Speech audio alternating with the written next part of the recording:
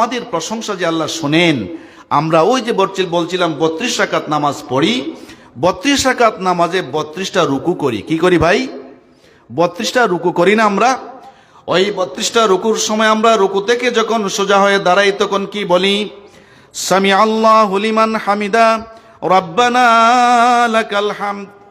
এই যে আমরা বলি সামি আল্লাহু লিমান হামিদা, এর অর্থটা হলো মানে যে আল্লাহর প্রশংসা করে আল্লাহ তার প্রশংসা শোনেন। সুবহানাল্লাহ। তাহলে যে বান্দা যে বান্দি আল্লাহর প্রশংসা করবে আল্লাহ তার প্রশংসা কি পান? শুনতে পান। রব্বানা লাকাল হামদ, ও আমার রব তোমার জন্যই সকল প্রশংসা, তোমার জন্যই সকল প্রশংসা, আর কারো জন্য প্রশংসা হতে পারে না। এরপরে আমরা অনেক সময় বলি হামদান কাসীরান তাইয়িবান মুবারাকান ফীহ, এটা আমরা বলি না? একটা ছোট্ট একটা হাদিসের কাহিনী মনে হয়ে গেল, বলে ফেলি। একদা আল্লাহর রাসূল করিম সাল্লাল্লাহু আলাইহি সাল্লাম মসজিদে নববীতে নামাজ পড়াচ্ছেন। আল্লাহর নবী সাল্লাল্লাহু আলাইহি সাল্লাম, একদিকে নবী, অন্যদিকে রাসূল, অন্যদিকে মসজিদে নববীর ইমাম, আবার মদিনা রাষ্ট্রের রাষ্ট্রনায়ক, আবার যুদ্ধের ক্ষেত্রে তিনি সেনানায়ক, ঠিক কিনা? আল্লাহ রাসূল করিম সাল্লাম বিভিন্ন পরিচয় ছিল। আল্লাহর নবী সাল্লাল্লাহু আলাইহি সাল্লাম একদা মসজিদে নববীতে নামাজ পড়াচ্ছিলেন। নামাজ পড়ার একটা পর্যায়ে তিনি যখন সামি আল্লাহু লিমান হামিদা রব্বানা লাকাল হামদ অর্থাৎ রুকু থেকে যখন দাঁড়ালেন, তখন পিছন থেকে একজন সাহাবী এসে নামাজে দাঁড়িয়ে ওই বাক্যের সাথে আরো একটা বাক্য জুড়ে দিলেন, সেটা ছিল হামদান কাসীরান তাইয়িবান মুবারাকান ফীহ, অর্থাৎ হামদান কাসীরা, হে আল্লাহ, রব্বানা লাকাল হামদ, ওগো আল্লাহ তোমার জন্য সকল প্রশংসা, হামদান কাসীরা, অনেক অনেক তোমার জন্য প্রশংসা, তাইয়িবান অনেক পবিত্রতা, হামদান কাসীরান তাইয়িবান মুবারাকান ফীহি, তোমার মধ্যে সকল বরকত। ওটা বলে ফেললেন। আসলে ওরা তো আরবিয়ান মানুষ, ঠিক না? ওই মক্কার মদিনার মানুষ আরবিয়ান, সবাই আরবি ভাষা বুঝে, এবং ওরা কখন কি বলতে হয় তাও তারা বুঝে, কি বলে অর্থ তারা বুঝে। যখন বলা হলো সামি আল্লাহু লিমান হামিদা রব্বানা লাকাল হামদ, তিনি এর সাথে নিজ থেকে জুড়ে দিলেন হামদান কাসীরান তাইয়িবান মুবারাকান ফীহি। এর আগে কখনো এই দোয়া নবীও শেখান নাই, কেউ বলেও নাই। যেহেতু আরবিয়ান মানুষ, আল্লাহর সাথে আরো একটু প্রশংসা যোগ করে দিলেন। আল্লাহ রাসূল করিম সাল্লাল্লাহু আলাইহি সাল্লাম নামাজ শেষ করলেন। শেষ করার পরে তিনি মুসল্লিদের দিকে মুখ করে বসলেন।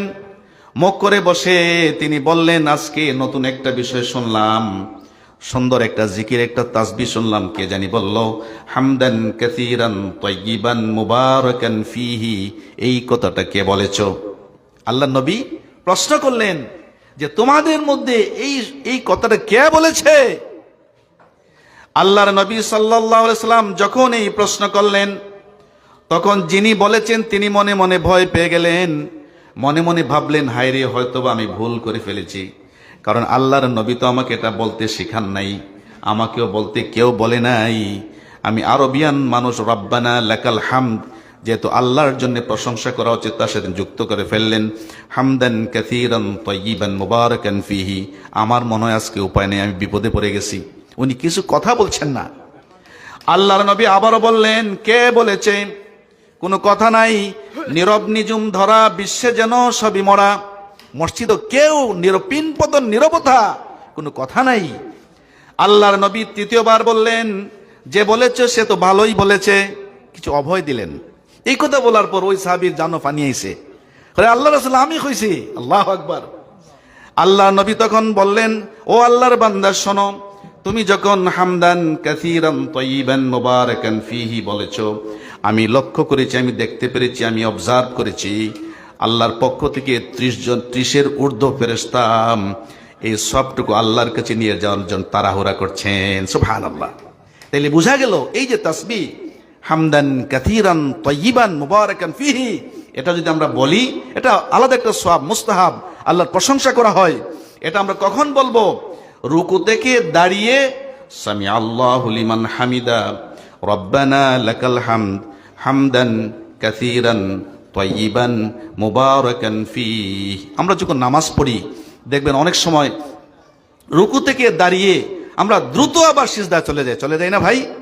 অথচ একটা মাসালা হচ্ছে রুকু থেকে দাঁড়ানো, এটাকে ফেকার ভাষায় কাউমা বলে। কি বলে? কাউমা মানে কিয়াম করা। আমরা ওই যে মিলাদ আমরা কিয়াম কইরা কিয়াম লইয়া দরবার করি না নি, এক ধরনের এই কাউমা দাঁড়ানো। এবং এই দাঁড়াতে স্থিরতার সহিত দাঁড়াতে হয়, একটু একটু সময় নিতে হয়। কিন্তু আমরা দেখি মসজিদে যখন খেয়াল করি, অনেক নামাজি দাঁড়াতে না দাঁড়াতেই, সোজা হতে না হতেই দ্রুত সেই আবার সিজদায় চলে যান। অথচ কাউমা বা এই যে দাঁড়ানো, এই যে স্থিরতা, এটা কিন্তু তার একটা ওয়াজিব কাজ। কি কাজ ভাই? ওয়াজিব। রুকুর পরে সোজা হয়ে দাঁড়ানো ওয়াজিব।